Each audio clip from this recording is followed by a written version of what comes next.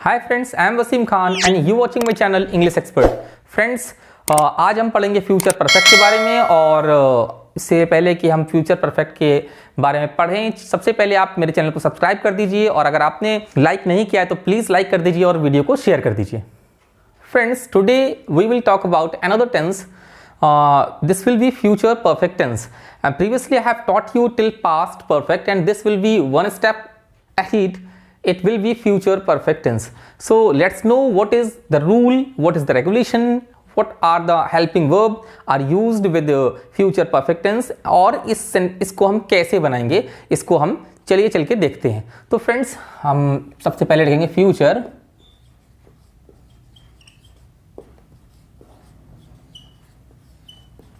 Perfect tense. Friends, अब हम लिखेंगे इसकी पहचान, और इसकी पहचान होती है चुका होगा, चुकी होगी और चुके होंगे। आप इसको या होगा, ये होगी, ये होंगे भी आप कर सकते हैं, लेकिन आमतौर पे ये जो फ्यूचर परफेक्ट टेंस है फ्रेंड्स, ये जो है इसको हम फ्यूचर की बातों पे परफेक्ट होने पे कहते हैं। ऐसी बात जो गा गी गे, चुका होगा, चुकी होगी, चुके होंगे, यानी लास्ट में गा गी गे आता है, इसलिए हम इस सेंटेंस को हम ये नहीं कह सकते हैं कि पास्ट में बात बीत चुकी है। सिर्फ यही डिफरेंस है जो आप फ्यूचर परफेक्ट को वुड से अलग करता है। और आप इसको पास्ट की घटनाओं पे बिल्कुल नहीं जोड़ेंगे, जैसे कि वह मंदिर चला गया होगा, उसने खाना खा लिया होगा, ये आप बिल्कुल नहीं जोड़ेंगे, क्योंकि आने वाले समय से सेंटेंस जो है वो संबंधित होता है। और इसके अगले वीडियो में मैं आपको बताऊंगा कि विल का जो पास्ट वुड होता है वो किन कंडीशंस में अप्लाई होता है। तो फ्रेंड्स, सबसे पहले चलते हैं इसके हम सिंटैक्स की ओर। फ्रेंड्स, सिंटैक्स में आप सबसे पहले सब्जेक्ट, जैसा कि हम आम तौर पे रखते हैं, उसके बाद विल हैव और शैल हैव भी हम इस्तेमाल कर सकते हैं। फ्रेंड्स, आई और वी के साथ हम शैल हैव का इस्तेमाल कर सकते हैं। उसके बाद हम हमेशा वर्ब की थर्ड फॉर्म पे चलेंगे, plus object plus etc.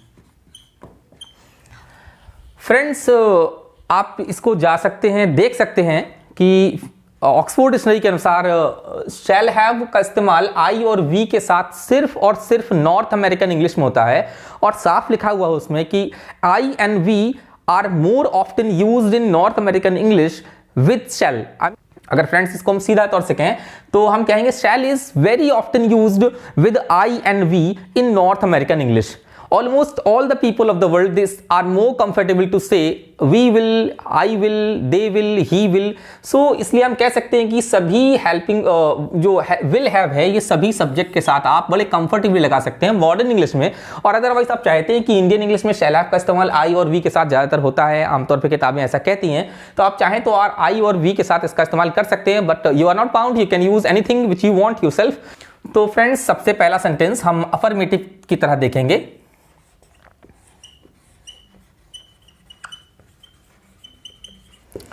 Affirmative के लिए आपका ये रूल था, और सबसे पहला अफर्मेटिव का आप एग्जाम्पल चलिए चलते हैं देखने के। वह आपका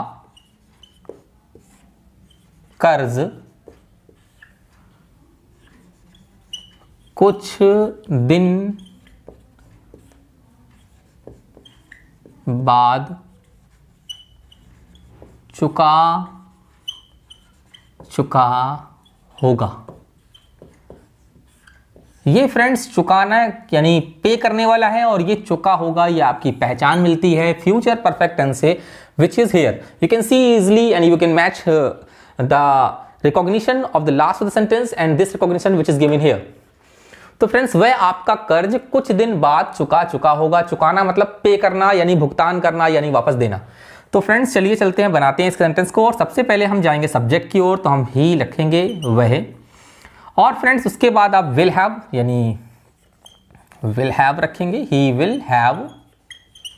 उसके बाद फ्रेंड्स वर्ब की third form which is given here, और थर्ड फॉर्म जो है यानी वर्ब इसमें है वह आपका कर्ज कुछ दिन बाद चुका होगा। वर्ब कहते हैं फ्रेंड्स, मैं कई बार बता चुका हूं आपको लगातार, और लगभग हर एक टेंस पढ़ाते वक्त मैं आपको बता होता है सेंटेंस में जो काम हो रहा होता है उसी को हम वर्ब कहते हैं। तो यहां चुकाना यानी पे, तो PAY वैसे होता है, थर्ड फॉर्म लगाएंगे तो पेड। तो ही विल हैव पेड, आपका कर्ज योर, और फ्रेंड्स कर्ज को कहते हैं डेट, DEBT, और ये जो बी है इसको हम साइलेंट रहने देते हैं और बोलते हैं डेट, लिखते हैं डेप्ट और पढ़ते हैं डेट। तो फ्रेंड्स इस प्रकार he will have paid your debt, कुछ दिन बाद, आफ्टर सम डेज।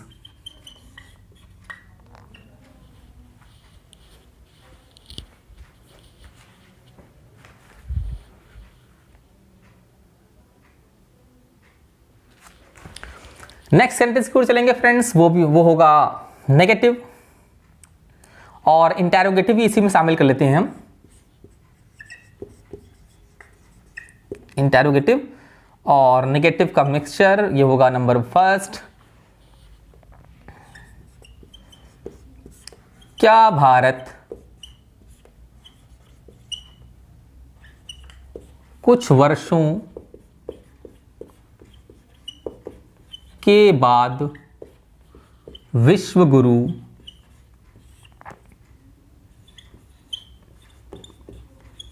बन चुका होगा? तो फ्रेंड्स देखिए, क्या भारत कुछ वर्षों के बाद विश्व गुरु बन चुका होगा। अब इसमें आप सबसे पहले आप हेल्पिंग वर्ब लगाएंगे, क्योंकि क्या सबसे पहले है, तो सबसे पहले लगाएंगे विल, उसका सब्जेक्ट आपका है इंडिया, और फ्रेंड्स उसके बाद हम लगाएंगे हैव। पिछला टेंस आपने फ्यूचर कॉन्टिन्यूअस पढ़ा, उसमें विल बी जो था आपका हेल्पिंग वर्ब, और विल को हम सबसे पहले लाते थे और बी को उसके ही प्लेस पे पड़ा रहने देते थे। सेम कंडीशन यहां भी होगी, विल हैव जो होगा वो वहां आप क्या के लिए, यहां से विल आपका आगे चला जाएगा, और इन विल इंडिया हैव। अब फ्रेंड्स आप वर्ब लगाएंगे और वर्ब है आपका बनना, बनने को इंग्लिश में कहते हैं बिकम, और थर्ड फॉर्म जो होता है बिकम, बिकेम, और फिर तीसरी फॉर्म होती है बिकम।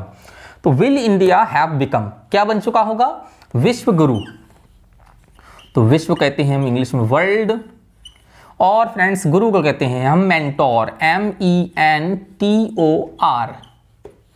मेंटोर मीन्स एक ऐसा व्यक्ति जिसको बहुत अच्छा एक्सपीरियंस हो और अपने लेस एक्सपीरियंस यानी कम एक्सपीरियंस वाले व्यक्ति को पढ़ा रहा हो, सिखा रहा हो, उसी को हम मेंटोर कहते हैं।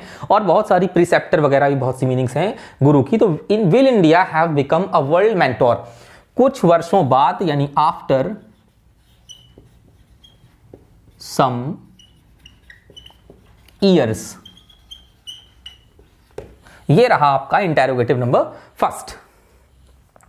सॉरी फ्रेंड्स, ये नेगेटिव अब आप अगले सेंटेंस में देख लीजिए, क्योंकि मैं यहाँ पे नॉट नहीं लगा पाया। तो ये रहा आपका इंटेरोगेटिव नंबर सेकंड, और इसमें भी मैं आपको नॉट लगा के दिखाऊंगा। अगला सेंटेंस फ्रेंड्स, और अगला होगा आपका इंटेरोनेगेटिव। इंटेरोगेटिव सेकंड में मैं आपको नॉट लगा के दिखाऊंगा। तो अब सेंटेंस की ओर चलते हैं। कृषि मंत्री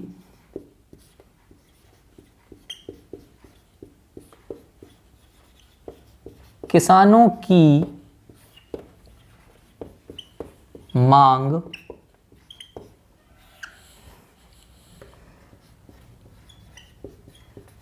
कितने दिनों में, नहीं लगा लेते हैं, नहीं मान चुके होंगे। इन सभी सेंटेंसेस में अगले कुछ दिन होंगे, उसमें ही चुका होगा, चुकी होगी, चुके होंगे, यानी फ्यूचर में काम परफेक्ट होता है, इसीलिए आप फ्यूचर परफेक्टनेस बनाते हैं। यानी विल हैव आपको हमेशा फ्यूचर में ले जाता है। अगर आप इसका पास्ट वुड हैव लगाएंगे तो यही पहचान पे आप पास्ट में जा सकते हैं, वो मैं आपको अगले वीडियो में बताऊंगा।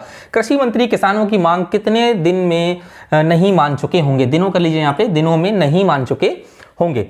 तो आप इंटेरोगेटिव नंबर सेकंड की ओर हैं, और सेकंड इंटेरोगेटिव में क्या होता है कि हमेशा इंटेरोगेटिव वर्ड को हम पहले रखते हैं। तो यहाँ कितने दिनों आया, मैं आपको बता चुका हूं पिछले वीडियोस में कि how many, how much, whose और विच, ये हमेशा सब्जेक्ट या ऑब्जेक्ट को अपने साथ लेके आते हैं। तो कितने दिन यानी how many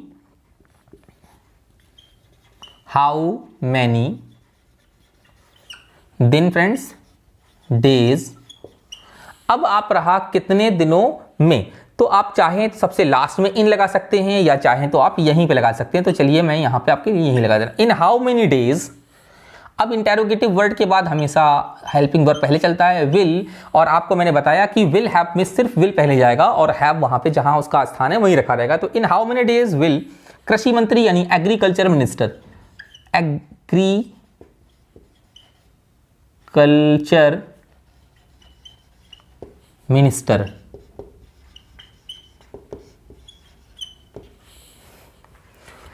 in how many days will agriculture minister have। अब फ्रेंड्स ये हेल्पिंग वर्ब तक चला गया। अगला आपका जो वर्ब है वो है मानना, और फ्रेंड्स मानने को हम कहते हैं एक्सेप्ट। तो in how many days will agriculture minister. अब फ्रेंड्स आप यहां पे नहीं भी लगा हुआ है तो आप एक काम करिए, आप नहीं पहले लगाइए। तो will agricultural minister not have, यहां जाइए। अब फ्रेंड्स मानने को इंग्लिश में कहते हैं एक्सेप्ट, ACCEPT, और थर्ड फॉर्म एक्सेप्टेड। तो in how many days will agriculture minister not have accepted, किसानों की मांग को, ये रहा आपका ऑब्जेक्ट। तो मांग को कहते हैं हम इंग्लिश में डिमांड ऑफ फार्मर्स।